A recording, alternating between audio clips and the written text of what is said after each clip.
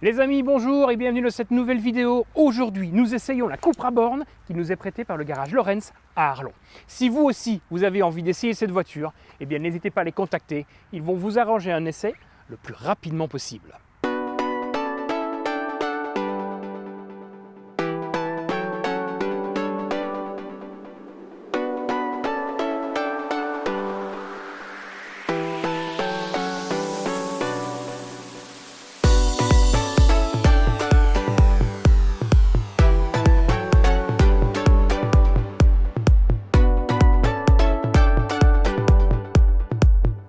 Bon, commençons l'essai.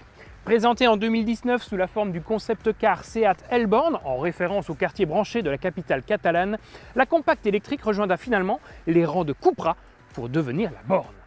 Véritable cousine de la Volkswagen ID3, avec qui elle partage sa plateforme MEB, la Cupra se distingue d'entrée de jeu par un style qui se veut plus sportif et surtout plus agressif. Et cela se ressent immédiatement à l'avant. Si l'ID3 n'arrivait pas à convaincre tout le monde à cet endroit, eh bien la Cupra fait l'unanimité. Son capot est beaucoup plus plongeant, on retrouve également des ouvertures qui font plus sportives, mais également ses feux à LED d'un style juste exceptionnel. Et tout ça, eh bien ça fait vraiment honneur à cette ancienne division sportive de la marque Seat, qui est devenue une marque à part entière en 2018. De côté, eh bien la ligne est identique. La Cupra se démarque alors avec l'ajout d'ornements cuivrés, comme sur ses jantes. Alors ici, effectivement, elles sont noires puisque ce sont des jantes accessoires, mais vous pouvez avoir les jantes de 18, de 19 et même les magnifiques jantes de 20 pouces avec, regardez-moi, ce liseré tout autour. Je trouve ça vraiment magnifique. Mais elle se distingue également par la différence au niveau du montant C. Sur l'ID3, on avait des stickers qui venaient apporter un peu de fluidité entre la vitre avant et la vitre arrière. Ici non, on est venu faire une découpe avec ce plastique, avec les petits losanges en 3D qui apportent un style beaucoup plus sportif.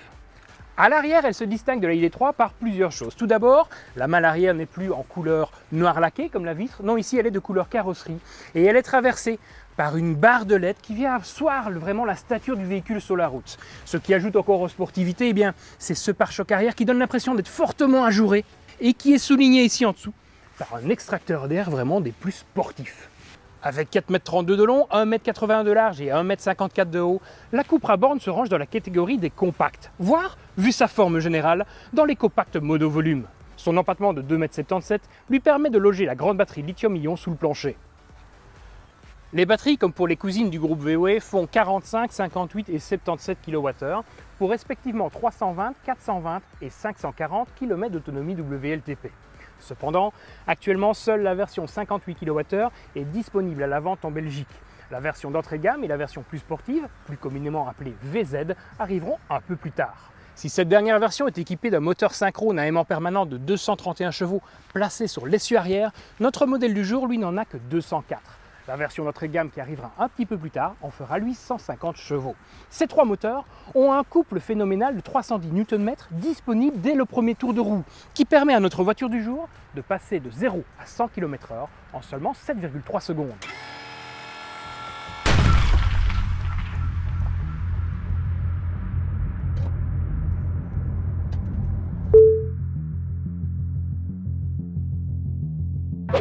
Cette puissance passe à la route au travers de pneus de 215 mm de large, quelle que soit la taille de la jante choisie, c'est-à-dire entre 18 et 20 pouces, comme vous l'avez vu tout à l'heure. Cette liaison au sol est complétée par une suspension multibras à l'arrière et une suspension McPherson à l'avant. Et là, vous vous dites, avec un moteur sur l'essieu arrière, une batterie dans le plancher, un porte-à-faux assez court et une suspension multibras, on doit avoir un coffre assez petit. Et bien en fait, ça va encore. Avec 385 litres, elle offre un bel espace de chargement où on peut mettre certes des objets pas trop longs, mais assez volumineux. Une fois la banquette arrière fractionnée en 40-60 rabattue, le volume du coffre passe à 1267 litres.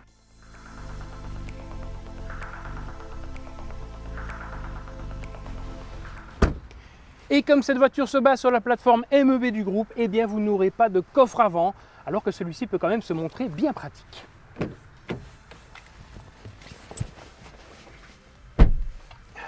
Et à l'intérieur, eh bien, c'est également une très bonne surprise. On retrouve ce sentiment d'espace qui était déjà bien présent dans la ID3, sauf qu'ici, eh bien, on a un sentiment d'être mieux enveloppé de cette voiture, ce que je reprochais à l'époque à la ID3. On a également un intérieur qui paraît beaucoup mieux fini, c'est-à-dire qu'on a des textures, des matières, c'est beau, c'est propre, on a un tableau de bord moussé ici, même ici la console centrale est légèrement moussée.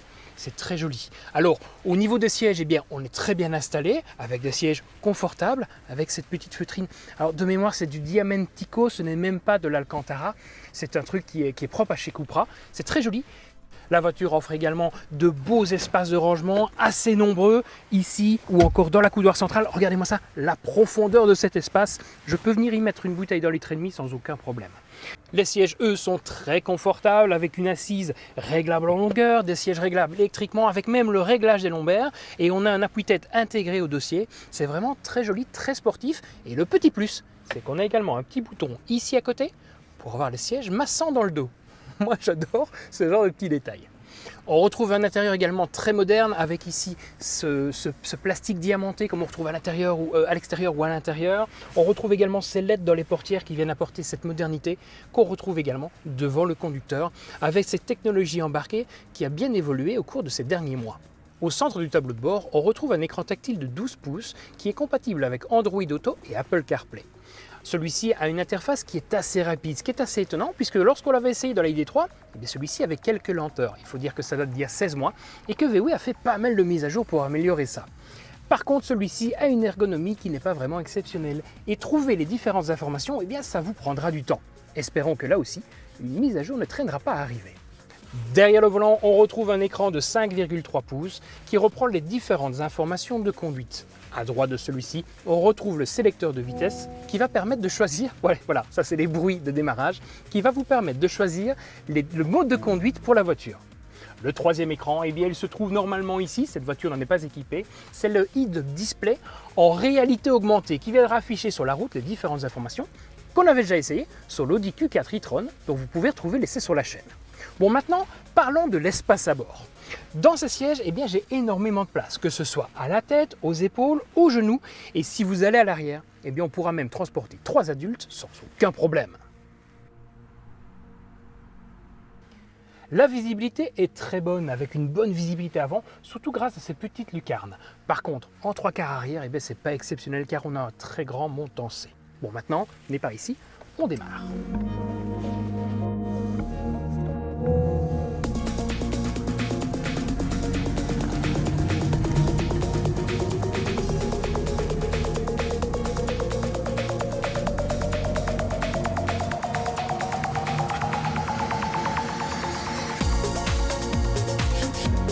Alors à conduire, la Cupra est assez étonnante. Plus dynamique et agile, elle marque la différence avec la ID3 par une conduite qui semble plus sportive. Cette différence sera encore plus marquée sur la version VZ, la version plus puissante, dont le châssis surbaissé proposera une tenue de route optimisée. Un point à aborder également, eh bien, c'est le fait qu'on est assis plus haut. C'est la position de conduite, on est assis plus haut que dans une voiture conventionnelle, car nous avons dans le plancher la batterie, qui prend de l'espace bien évidemment. Alors par contre, celle-ci, elle a un avantage, c'est qu'elle descend le centre de gravité de la voiture, ce qui permet d'optimiser également le comportement. Pour le freinage, eh bien, on retrouve comme sur tout électrique un frein régénératif qui va récupérer de l'électricité en ralentissant le véhicule. Celui-ci s'active avec le commodo ici, donc on passe en drive où il n'y a pas du tout de frein moteur, sur le mode B comme ils l'ont appelé, pour break, j'imagine, qui va permettre de freiner le véhicule et de récupérer de l'électricité. Alors celui-ci n'arrêtera pas le véhicule, il va ralentir jusqu'à 10-11 km/h. Si vous voulez marquer l'arrêt, il faudra utiliser la pédale de frein qui dans un premier temps va augmenter la régénération pour ralentir le véhicule et si nécessaire, utilisera les freins avec des disques à l'avant et des tambours à l'arrière. Oui, vous avez bien entendu, comme dans la ID3, la ID4, l'Enyaq ou encore la Q4 e-tron, nous avons à l'arrière des freins à tambour. Ce n'est pas grave, croyez-moi, ceux-ci freinent très fort, comme on a déjà pu l'essayer dans les autres véhicules, c'est même plutôt impressionnant. Alors j'aimerais vous parler également du confort avec 2.1, le confort sonore, c'est très important dans une voiture électrique et ici, eh bien, il n'y a rien à dire. Malgré qu'on soit monté en pneus neige, eh bien, ceux-ci se font très discrets. Et les bruits de vent, eh bien, ils sont très bien maîtrisés. On a pris l'autoroute tout à l'heure, il n'y a rien à dire là-dessus. Alors le deuxième point pour le confort, eh bien, c'est les sièges. Ceux-ci se règlent vraiment dans tous les sens. J'ai pu relever ici l'assise pour avoir le bas de mes jambes qui viennent poser, ce qui fait que je suis très bien installé, sans oublier ce siège massant dont je vous parlais tout à l'heure, qui sur les longs trajets viennent apporter un petit plus au niveau du confort. Bon, maintenant on va s'arrêter ici un petit peu plus loin car j'ai quelques petits points à vous expliquer.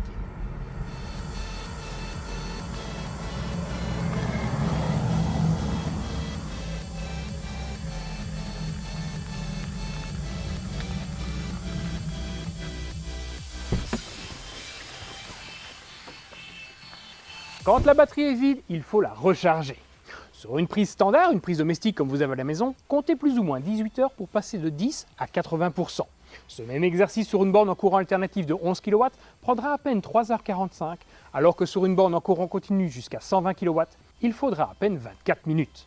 Parlons maintenant du tarif. Vendu à partir de 43 647 € dans cette version, la Cupra Born se positionne exactement au même tarif que sa cousine la ID3, en proposant cependant un style plus jeune et plus sportif. Au niveau des options, l'amortissement piloté et la pompe à chaleur sont les deux que je favoriserai. Après, si votre portefeuille le permet, eh bien le toit panoramique, mais également les jantes de 20 pouces, viendront parachever le style de cette belle Ibérique assemblée dans la Saxe. Après, vous pouvez encore aller un cran plus loin avec le pack Impulse Plus qui viendra ajouter, en plus d'autres options, l'affichage tête haute en réalité augmentée. Et qu'en est-il de la consommation? Eh bien les 15,5 kWh WLTP sont logiquement dépassés en cette température hivernale, puisqu'au cours de notre essai, nous avons atteint le score de 19,5 kWh au 100 km, ce qui reste tout de même un bon score pour une voiture qui pèse 1736 kg à vide. Avec un style jeune et dynamique à tomber, une efficacité énergétique de premier plan, un espace à bord généreux et une technologie moderne avec l'affichage tête haute, la Cupra Born est une très bonne voiture électrique. Seule l'ergonomie de son écran central et un tarif plus proche de VW que de Seat viendront entacher ce beau tableau. Voilà qui met fin à cette vidéo, je vous remercie de l'avoir regardée. Si elle vous a plu, vous pouvez toujours laisser le petit pouce, voire même un commentaire, sachez qu'on les lit tous et qu'on y répond à chaque fois. Si la chaîne vous intéresse, vous pouvez également vous abonner. Et si vous le faites, c'est gratuit. N'oubliez pas de cocher la petite cloche de notification afin d'être prévenu la semaine prochaine lorsqu'on sortira notre prochain essai. Moi je vous laisse, je retourne à bord de cette voiture qui fait tourner toutes les têtes et il faut dire que c'est pas désagréable.